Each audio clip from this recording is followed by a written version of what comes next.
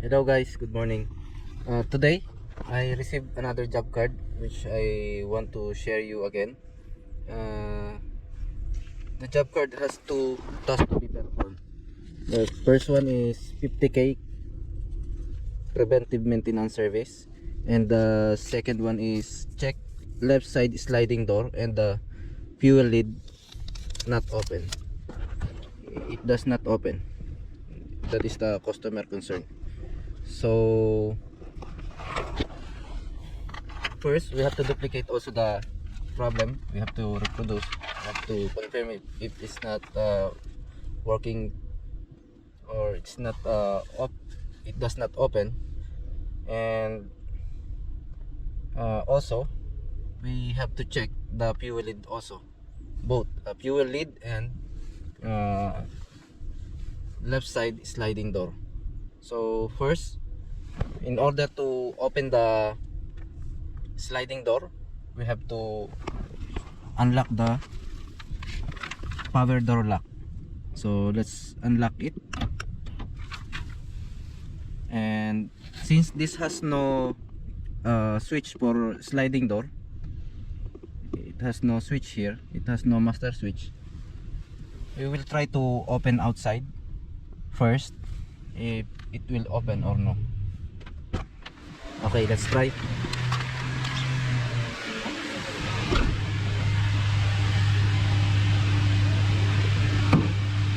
So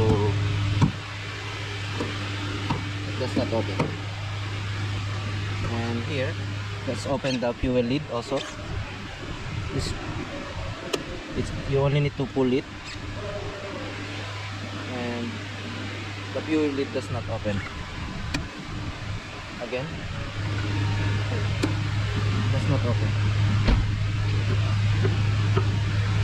So I notice also that this fuel lid cover is little inside. It is not aligned in the body, so it is a little bit inside here.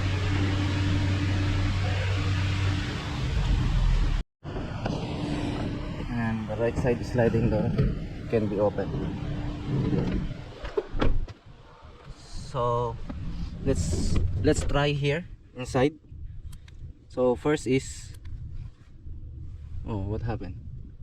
We already opened that power door lock, but this one on the left side sliding door is still locked. Let's try to unlock again. Oh, it's going back again. It's going back again. It suddenly locked the sliding door. There's something wrong here, and we cannot open the, of course we cannot open the sliding door. So let's find out what really the problem is.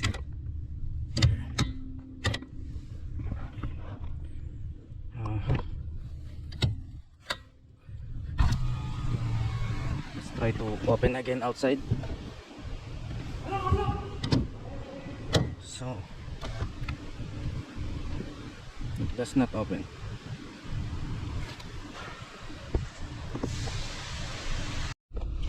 So since we already duplicated and reproduced the customer concern, yes, the fuel lid and the left side power sliding door does not open. I mean sliding door, it's not power sliding door actually. So we already saw some symptoms, and we already check the fuel lid and the left side sliding door. It's not it does not open, and the left side sliding door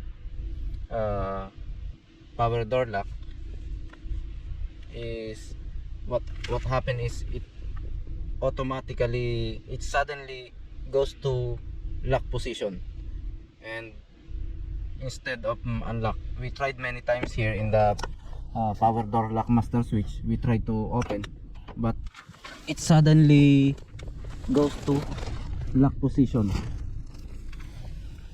So that is abnormal. Now we have to find it out what happened. So guys, we already reproduced and duplicated the customer concern. Yes, it is not working. The left side sliding door is not working, and the fuel lid also won't open. So what we notice is the power door lock in the left side sliding door suddenly goes back to lock position. That's why the left side sliding door cannot open. So, and the one of the another symptom is the fuel lid level, the fuel lid cover is a little inward. It's not aligned. So first we have to check, because if I'm not mistaken, yes, I'm sure that this fuel lid is capable of not allowing this left side sliding door to open, because it has a safety feature. If the fuel lid is open, so the left side sliding door will not allow you, the power door lock will not allow you to open the left side sliding door by means of power door lock. It will automatically the system will automatically close the left side power sliding door. So that is a safety feature of sliding door. Okay, so now we're going to open what happened inside. We will have to open the rear left side cover to access the fuel lid sensor, and we'll see what happened there. Okay, let's go. One more thing guys, once it happens to you, there is one way to open this left side sliding door, just in case there is a problem. So we only need to open the using inner handle and the outer handle, and unlocking the power door lock at the same time. These three must be unlocked at the same time while pulling it out, while opening. It should be fast. Okay, just check the video like this.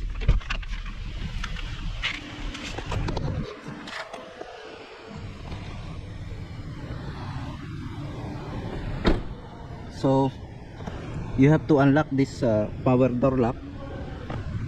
You have to unlock this power door lock and open and at the same time open the inner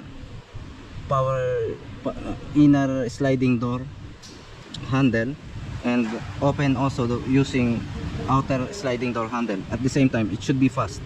Okay, 1 2 3, 1 2 3 again, 1 2 3. Okay, so we really need to open like this guys, because we have to open this door panel, this panel, because the sensor and the cables are inside here. So we have to open this sliding door. You only need to remove this.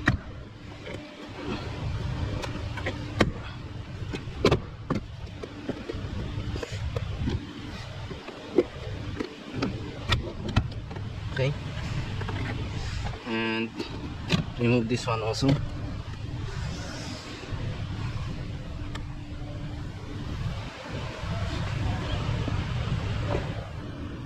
Okay, you already removed.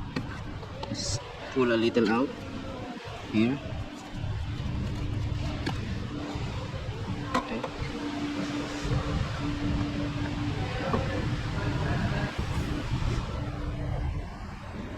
And then remove this cover also.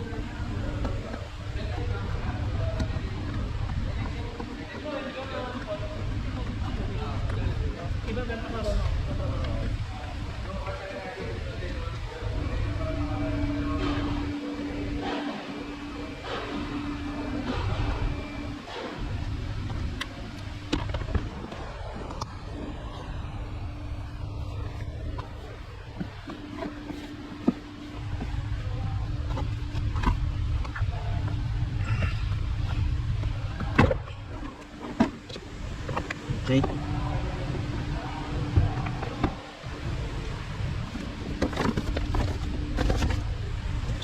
And then next is this one.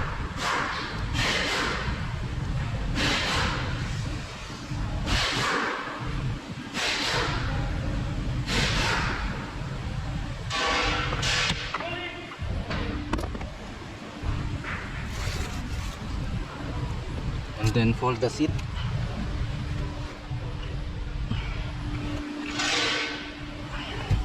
Okay.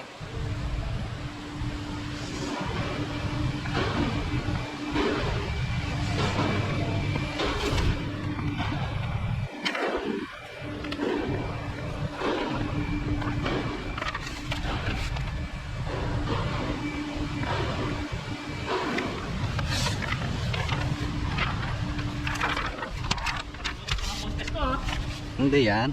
Tsampa lang yan, pre. Nanonood po na ako. Ayun o. Natinig. Ginawa mo naman akong isda na naman, pre, ah. Ayun o, patinig o. Ano pa yan? Nanonood ako ano. Matinig to eh.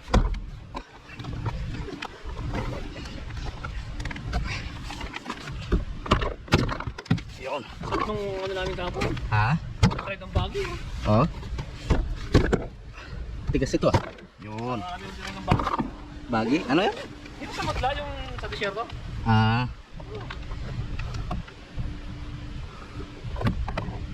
Okay. Yan na. Remove the connector.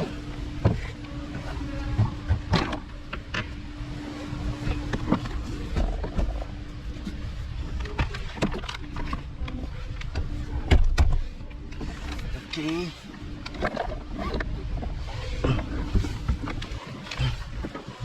Okay. Now we already access the cable and the sensor also. Let's find out what happened. Where is my flashlight?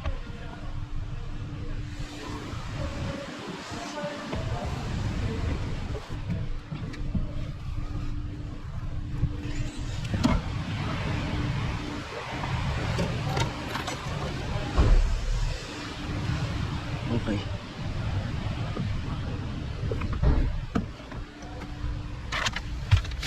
So here, this is the fuel sensor with the cable. Okay. What happened?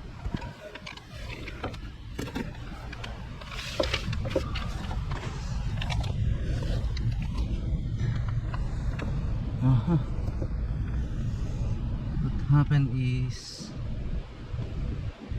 what happened?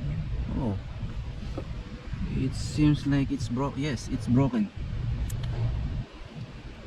Yeah, it is broken inside here.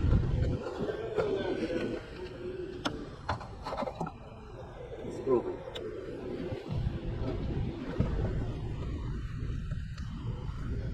Okay. It's totally broken.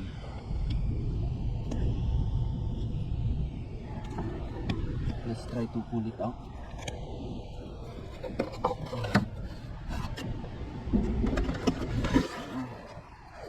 You only need to loose it counterclockwise. Okay, like that. And pull it out.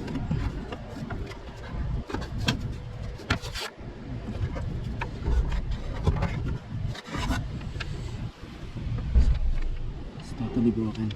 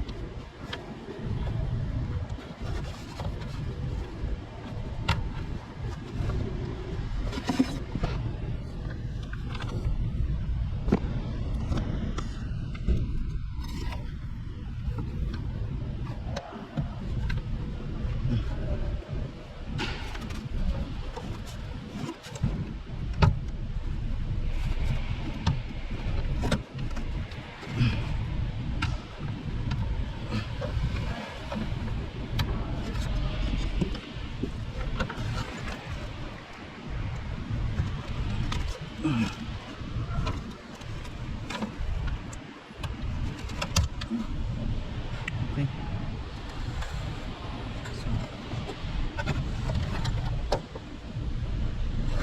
We have already removed this. Okay.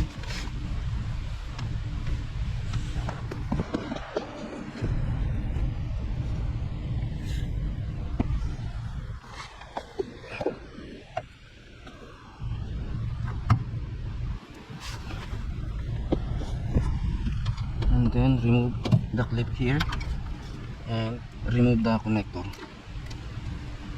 Okay. So we already found the problem, but first we have to open the fuel lid.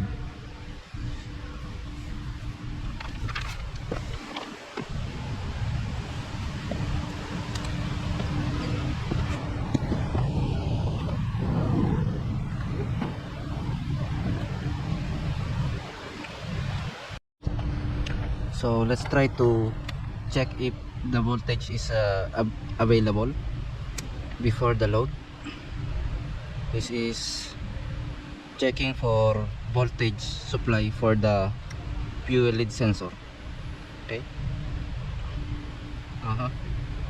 So it has 12 volts. Again.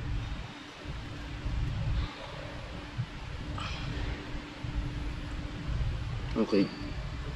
It has 12 volts.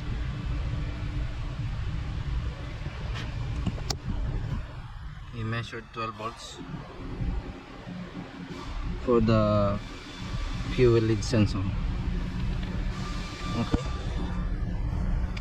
So it means this is the only root cause of the problem.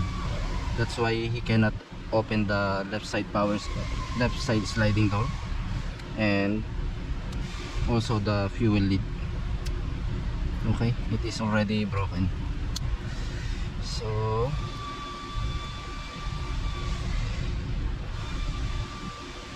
it can be repaired, yeah, but of course the standard repair procedure is to replace. When you repair it, it is possible to experience again the same problem. Okay.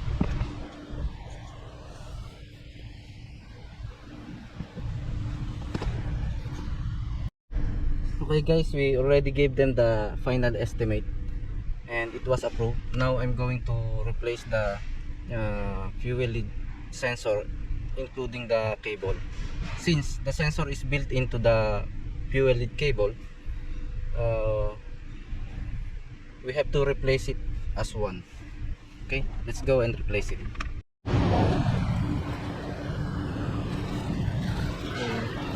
This is the new fuel lid cable, including the sensor.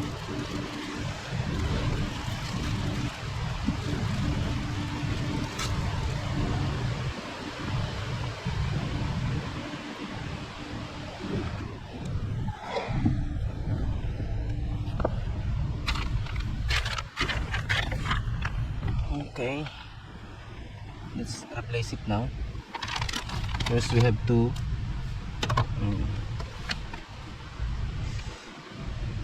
place it in correct position. Place the cable in correct position, just like this. Okay.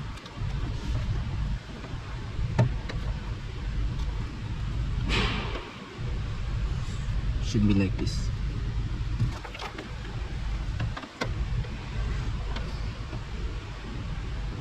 Okay. And then fix this on there.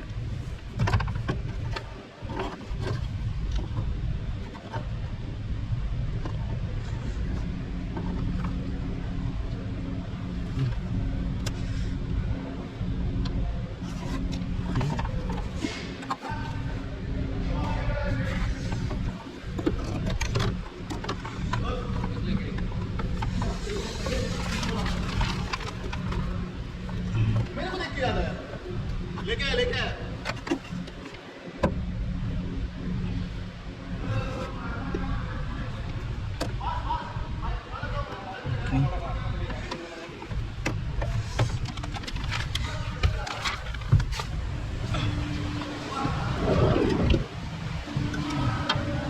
So let's check it out here.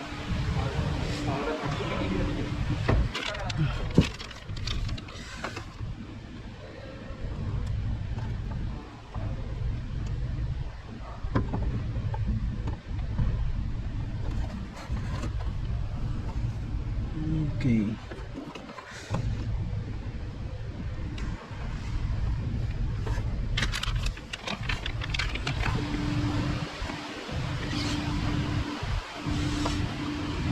Should be like this.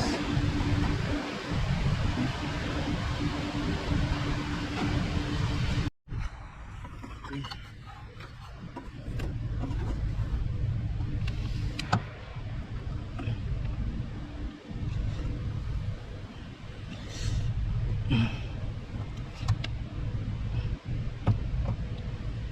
Okay.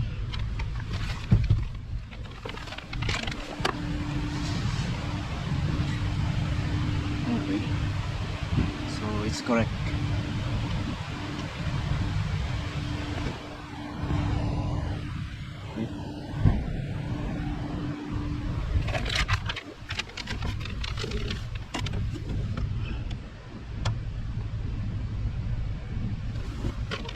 Okay.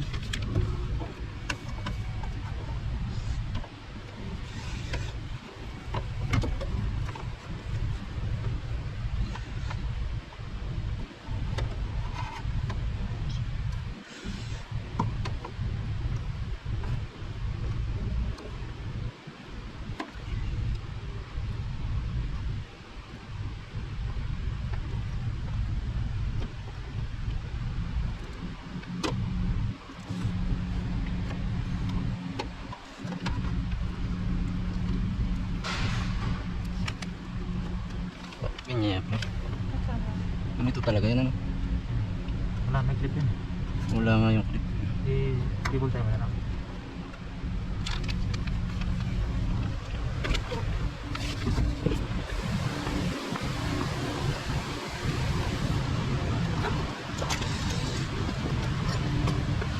So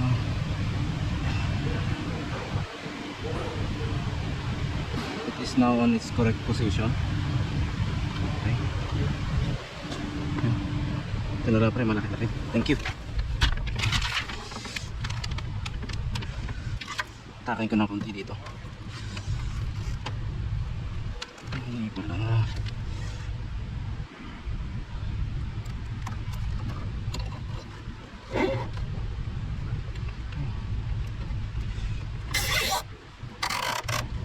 Okay, pasuyin naman ng ano, cutter.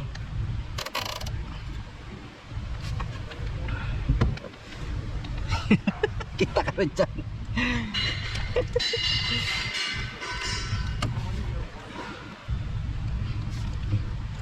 So, okay. Okay. So,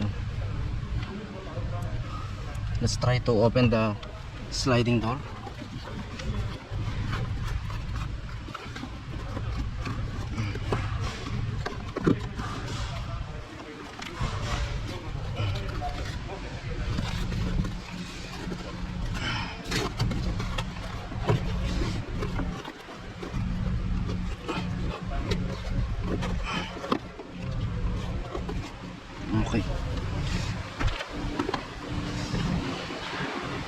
Okay.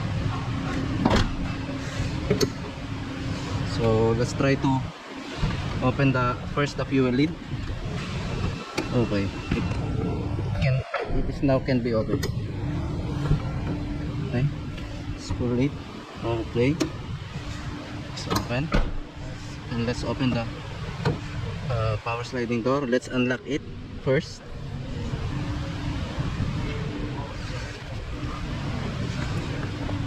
So let's try to unlock it. This should be stay unlocked, so it's not coming back anymore.